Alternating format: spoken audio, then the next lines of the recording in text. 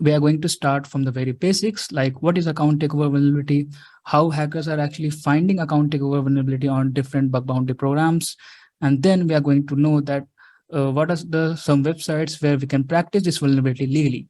So my name is Faiyaz Ahmed, and let's get started for this presentation. So before going deep into the presentation, let me introduce myself to you guys. So I'm a co-founder of Be Practical, an Udemy instructor, a bug bounty hunter, and I have reported multiple vulnerabilities to many companies around the world. And some of the companies you may be familiar with are Google, Sony, Red Bull, BBC, etc. So this presentation is divided into three sections basically. So first of all, we are going to learn all about account takeover vulnerability. We are going to learn what is authentication, how an application allows you to authenticate, and then we are going to explore some different ways to perform account takeover. We are going to learn some of the common ways that hackers are actually using to find this vulnerability. And then we are going to see the demonstration of account takeover vulnerability. And we are going to also learn some of the websites where we can practice this vulnerability legally. So first of all, let us talk about what is this account takeover vulnerability, right? So in a bug bounty program, you can earn up to $1,000, which means 75,000 in Indian rupees, for finding a single account takeover vulnerability. And this amount can even go up to $1,000, which means 75 lakhs in Indian rupees. Crazy, right? So why so many companies are paying huge amount for this one vulnerability? It is because this vulnerability can be used to hack anyone's account with or without users interaction. So let us try to understand what this account takeover vulnerability is. So in simple terms, we can say that it is a security misconfiguration or weakness of an application that allows an attacker to compromise their user's credential without authorization. For example, let us consider that Instagram is vulnerable to account takeover. Now, the attacker who have discovered that particular vulnerability can access anyone's account without their authorization, without any interaction, or maybe some little interaction. So in this webinar, we are going to focus more about account takeover due to the server misconfiguration rather than the social engineering attacks, because in social engineering attacks, there is some kind of interaction needed from the victim, right? And the companies are not going to pay you to perform social engineering attacks. They are looking for someone who finds vulnerability in the server. That is why we are going to look for account takeover in server misconfiguration. And before looking into account takeover, we need to understand what is authentication means, right? So let us take an example. Like, as you can see, this is a user and there is a server. So let us consider that this user is trying to log in into his Facebook account. So in the browser, he types his username and password in the web application. When he clicks on login, then that particular data is going to be received by the server, and server will check whether the credentials supplied by the user is valid or not. So if the credentials are valid, then the server is going to send true to the client. And here, and in most of the cases, clients are nothing but browser. So the server will send true to the client, and the client will understand, the browser will understand, okay, the server has sent me true. Now I'm allowed to access the dashboard, the profile page, the profile setting, etc. that requires an authentication. But if the server sends false to the browser, to the client, then the client will understand, okay, this particular user has supplied the wrong credential and he is not supposed to access the sensitive directories like the profile page, like the dashboard, like profile setting, etc.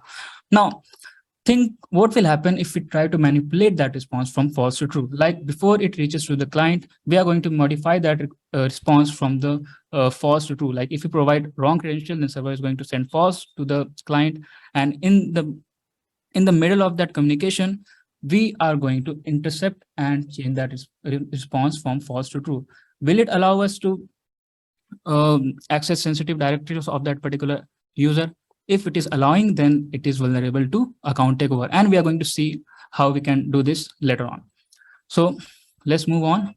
And you must have to notice that to find an account takeover vulnerability, we need to test each and every functionality that is directly or indirectly dealing with the authentication flow. For example, in a typical web application, we have a login functionality, we have a sign up functionality, we have forgot password functionality, we have change username functionality, we have change password functionality, and so many functionality vulnerabilities that are directly or indirectly dealing with the authentication flow. Let us talk about some different ways to hunt account takeover vulnerability. So actually there are multiple ways and there is no fixed way to find this vulnerability, but I have narrowed down the list to only 6 particular ways through which we can perform account takeovers. So the first one is response manipulation. The second one is abusing the password reset functionality. The third one is manipulating the JSON data in request. So this is also indirectly related to abusing password reset functionality. Then we have IDORs, indirect object reference. We are also going to see that. Then we have also abusing OAuth functionality. So OAuth functionality, you all have seen, you all must have seen some web application that allows you to sign in through Google, sign in through Facebook, like sign in through GitHub, right? So these are the functionality that uses OAuth. So in those functionalities, you don't have to specify your credential. You can log in via the third party reference, right? And we have sensitive data exposure. So if there is a data leakage on the web application, then we can also get some sensitive information like username or password, or even some sensitive tokens, right? So let us talk about response manipulation. Now, this technique is often used to bypass the OTP functionality. Let us try to understand a simple authentication flow. Like suppose user enters his or her credential, then user clicks on login, and in the backend, if the credentials are valid, the server is going to send true, and if the credentials are invalid, then it is going to send false. Now, let us assume that in this case, the user supplied the valid credential, then the server will send true to the front end, which means to the client, and the client consumes that response, and the client will understand, okay, the server has sent me true now, which means that I am allowed to redirect that user to their dashboard. But if the server sends false, then it is not allow us to redirect to our dashboard, right? So did you spot the vulnerability? Think that what will happen if we try to modify the response in between this communication between the client and the server? Will it allow us to bypass that authentication flow? If it is allowing us to bypass it, then there is an account takeover vulnerability, right? So as you can see, the user is trying to create account on behalf of the victim.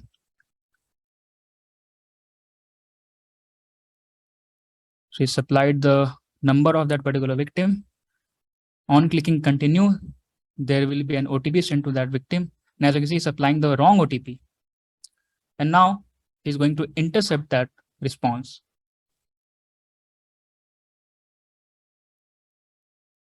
And as you can see in the response, we got status equals to false, message incorrect, entered OTP is incorrect. Please try again with correct one. And is new new user set to 0, and there's data with an empty array, right? So let's see how the hacker is actually manipulating the response. So as you can see, he changed the status to true, and he changed this value to 1. And let's see what will happen. So as you can see, he was successfully able to bypass that particular OTP functionality, right? And now he will be able to create his account using the victim's phone number. Understand abusing password reset functionality, like how we can abuse the password reset functionality to perform account takeover. So this functionality is often ignored by the developer, and it is one of the favorite functionality where the attackers achieve account takeovers. Let us take a following example. Let's say user A forgets his password on vulnerableweb.com. So this is just a random website. And after that, he clicks on forgot password and he provides his email address in the input field. And after that, he receives an email on his account, something like this. Hey, user A, click on this link to reset your password. And this is the link. So as you can see, this link, so we are going to come back to this link later. So let us understand the flow. So user A clicks on this link, and then he will be asked to type his new credential. After that, he supplied his new credential, and user A is successfully able to reset his password. Now, how many of you have identified the bug over here?